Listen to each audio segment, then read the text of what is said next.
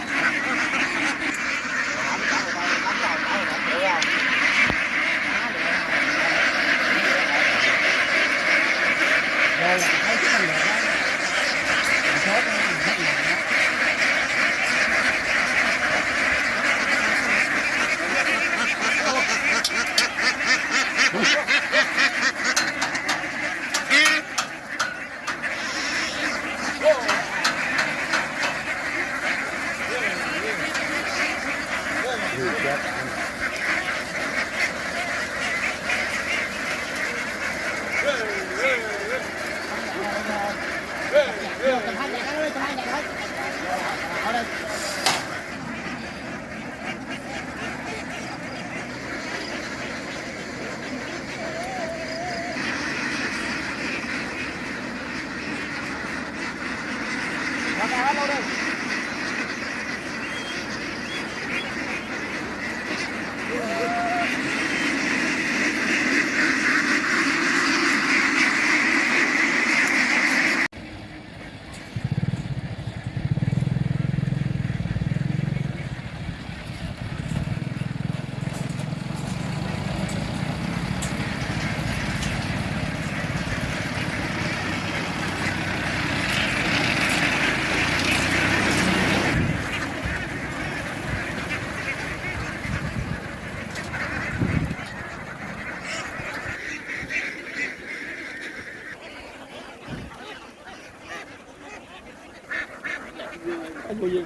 Vô duyên bằng xe chứ mà nha không được mới dướng người ta rồi.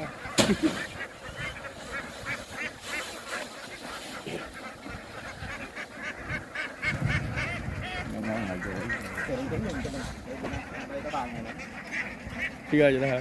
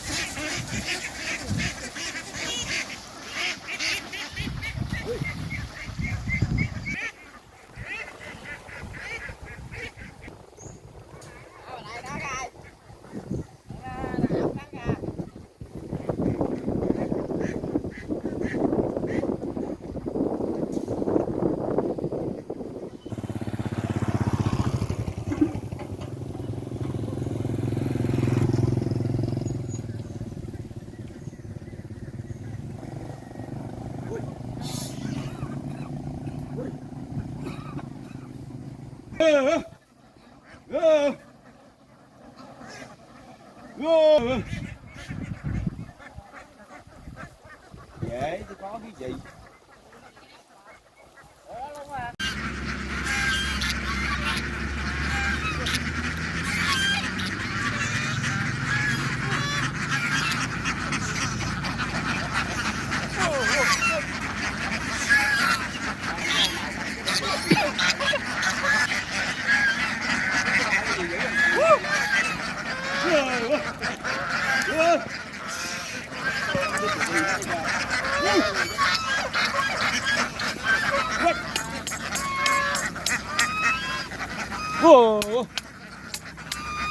Chỗ mình lên xe gọn gàng ha, khỏe không?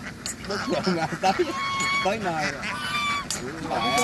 Không có chỗ nào là cầm ở đây chất lên xe là thấy nhẹ nhàng khỏe. Rồi sáng mà xe nó qua lại liền chết. Đợt dội mà cái mít cũng ngải bên sông cái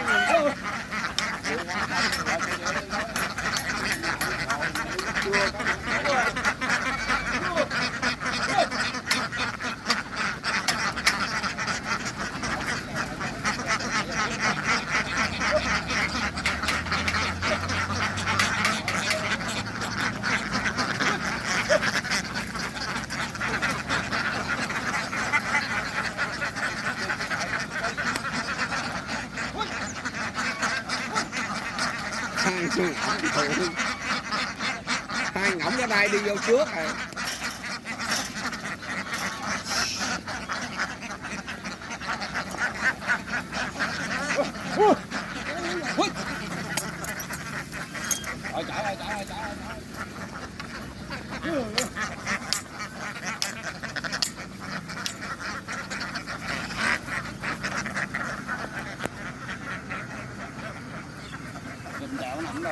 Đó, hai chuồng là trắng nó đang xuống cao su rồi đó. Đang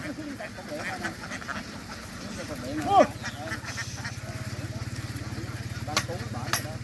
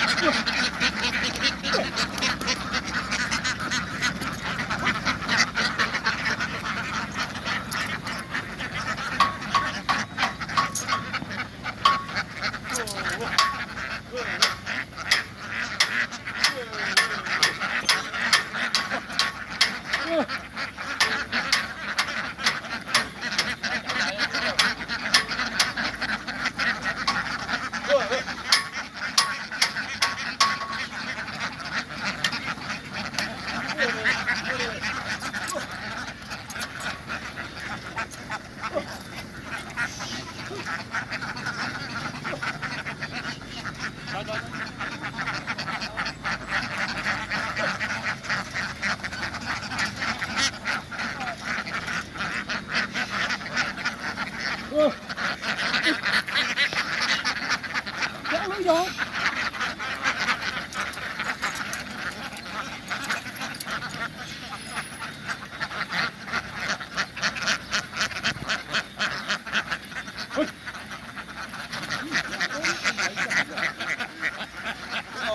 Trời nó bán dưới.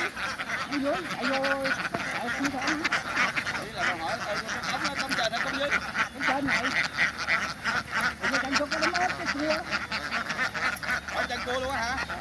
Không, con có hai cái dừa ở ngoài nằm đó. Ở ngoài nó. Thằng kia chở đứng mặt kia. Nó ở cái chỗ đó mà nó chỗ nào nó biết.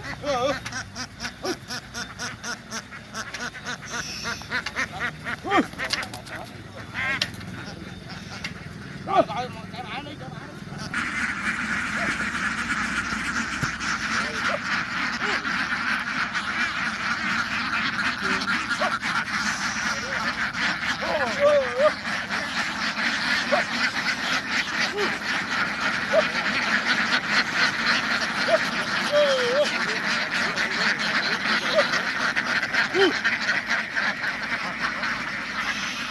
Đúng rồi không?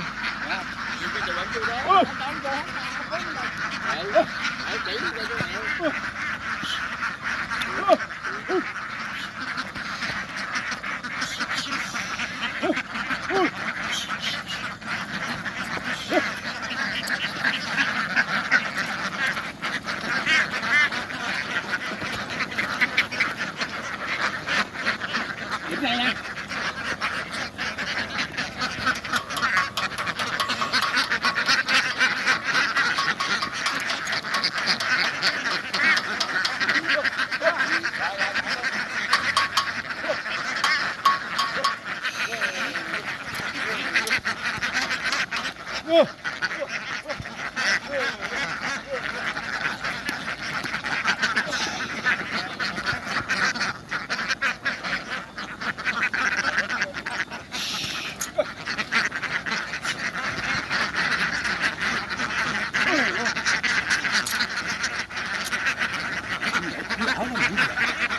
Kéo nó vô.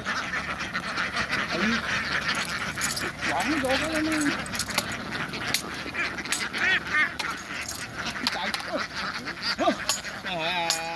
Biết anh Hòa bắt chỗ nào không? Ông chỉ tôi hết cái đường đi luôn rồi. Ông chỉ theo ba ô lâm thì bây giờ tôi kiếm dịch thì nhóc tài mà không thấy ổng. Chỉ hết cái đường luôn rồi. Kiếm giờ ta lên xe hả rồi.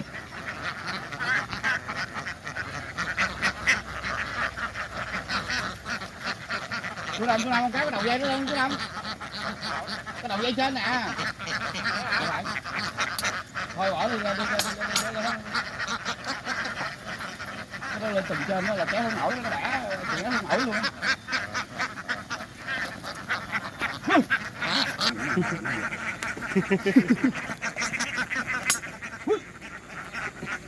$25 đó. Ở cái hông xe đó.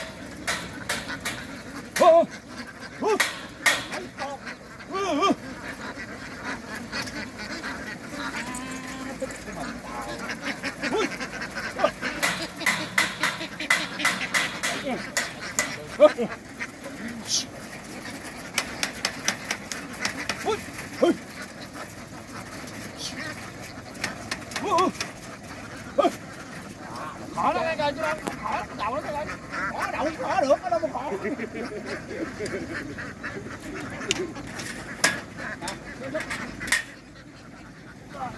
Bà nó nghe nó khó rồi. Rồi. Anh không nói vậy. Đã bao giờ mà không sao.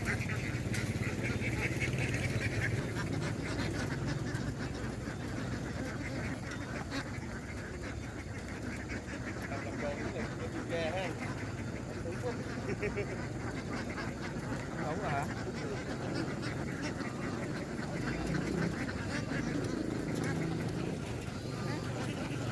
Để cái vỏ ăn $25 đó. Cái mất tiêu $25 liền.